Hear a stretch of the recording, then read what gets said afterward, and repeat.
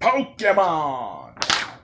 Hello everybody, my name is Fun, and I welcome you all back to another character I want to talk about, the next character on this list of newcomer ideas for the upcoming Smash Bros. Ultimate in my long-running series on the road now to 150.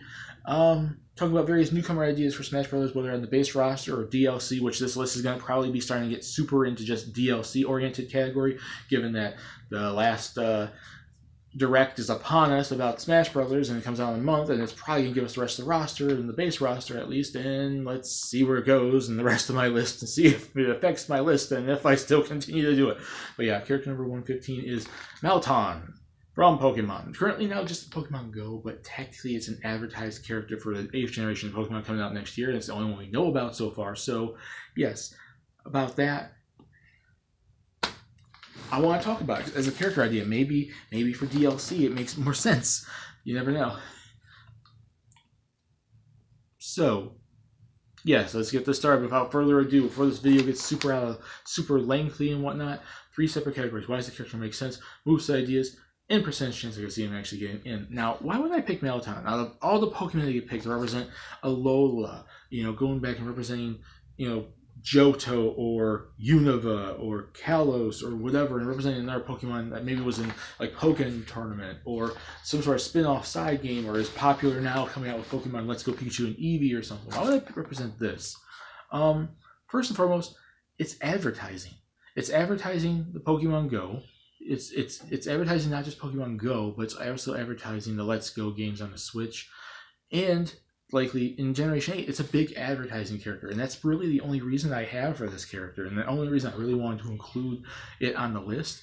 It's super advertisable. It's the newest Pokemon, including Pokemon Go, to advertise 8th generation and Let's Go, and that's really it. And it's like fairly well liked. They're pushing this character heavily. You see this whole like all these videos online from the Pokemon company advertising this character, and it's like it seems like they have some importance that they want to use this character for. This character is probably eventually going to be in there's probably going to be an anime movie based off this character, like Lucario and Mew and Mewtwo and all the legendaries and whatnot. This character seems to be highly advertised, and that's my one and only reason I want to include this character on the list, is because it's super heavily advertised and they're super pushing this character. Now it's more likely as a DLC to advertise next year's games and whatnot, because obviously it's too new to really put on the base roster, but whatever have you. And that's my reason. Now, moveset ideas, we don't really... This is where I have to use the creative freedom, because we really don't know too many moves on this character yet. We just know that it's basically a steel Pokemon. It's like a little blob of steel with a giant eye in the middle and this head metal thing, and yeah. They form in packs and can evolve and everything. I had to do a little bit of creative freedom here, because we don't know legit moveset. Now with Decidueye and Incineroar and actual other Pokemon I've talked about on this list, Primarina and everything, I had to do research that moves that they actually do. This one I had to do just more so research on steel type Pokemon attacks that they would normally do, and just hope which ones would they give Meltan in the games. So there you go. So the smash attacks, it has a little stubby hands, so it can't really punch, but it could tackle you, which is a basic Pokemon move anyway, so I'm assuming it can at least tackle and then rush you, so it's like tackles and rushes towards you and headbutts you, so it takes this big giant eye thing and smacks you. Come on. It's like that, at least they can do that. So I'd say the basic thing to say about for smash attacks is tackling and rushing the opponents and then headbutting you. Do variations of that. Maybe it could jump and kick you if it's a little like electric surge tail thing, or blobby bottom, or I don't know. Just whatever it does in the actual games is, in the long run, is what's going to be based off a moveset. If it ever got into Smash Brothers, we don't actually know it's a legit moveset yet until it gets into a legit Pokemon game. But here, just take this as a grain of salt until we get a legit moveset for this character. Special attacks are where I'm going to start making it mostly all steel-based stuff. Now, I don't know what it could learn in the long run, but there's like various steel moves I did research on, like Bullet Punch, Gyro Ball, Iron Head, Magnet Bomb, Metal Claw, Mirror Shot, Sunsteel Strike, Smart Strike, Metal Sound. Now, anything that's punching, it probably can't do. So Metal Claw is out, Smart Strike and Sunsteel Strike are out, and Bullet Punch. It could probably do a Gyro Ball. It could probably do Iron Head. I'm sure it could do Magnet Bomb and Metal Sound and Mirror Shot. So pick those and throw it into the moveset. That's it. Simple to the point. There you go. And for the final smash, since we finally got its evolution intact, it's going to be the Melmetal. I'm going to give it Melmetal, the evolution, which you get the Smash Ball. It summons an army of Meltons that come to the stage. They all join together, and they evolve into a Melmetal, and it does this one power shot like with its fist, because it actually has arms now, so maybe it can do at this point a freaking bullet punch or a strike, and they all evolve, and it just lunges forward, does a few punch and strike type things, and then does an ultimate steel attack to the opponents that it's standing in front of, sends them flying off the stage, and then basically Melmetal leaves and a new Meltan comes in, because obviously in terms of evolution you can't go back.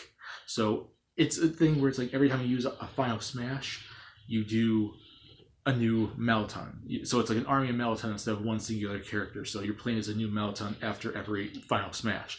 And I feel it should at least be a benefit. Maybe if you do the final smash, maybe it heals your character a little bit. Maybe you have at least a small percent, like maybe you revive, like help move like 10 to 20% damage, and it heals you a little bit.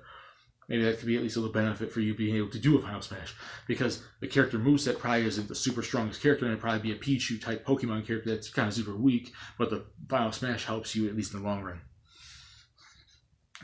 And that's it for the moveset. I mean, I can't really do much for this. It's almost like when I talked about Fire Emblem 16 before 3 Houses comes out, just picking general ideas.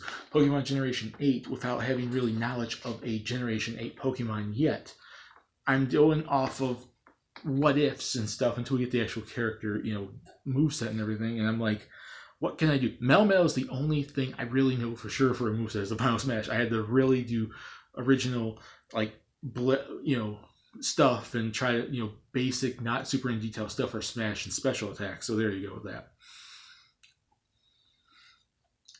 As for percentage, okay, this is another character. I'm going to have 2 separate categories: base roster and DLC. Base roster is practically 0%, maybe at most 2 or 3%. There's no way this thing would get on the base roster. DLC, on the other hand, I'm giving it 25% because it's an advertising character that could be released next year. That could pretty much be advertising its appearance eventually in the anime, its appearance in Let's Go, and its eventual appearance in Generation 8. So I'd say 25% chance. Not as likely as a Decidueye, Incineroar, Primarina, or let's say a major Pokemon from Generation 8, one of the 3 starters, one of the major evolutions, one of the major legendaries, stuff like that. But yeah, I would say Meltan stands a chance, but a very, very minuscule chance. No chance whatsoever on the base roster. But DLC, it depends on when we start seeing Generation 8 Pokemon, and I'm assuming a lot of Generation 8 Pokemon are just going to fly this thing on by. Here it is.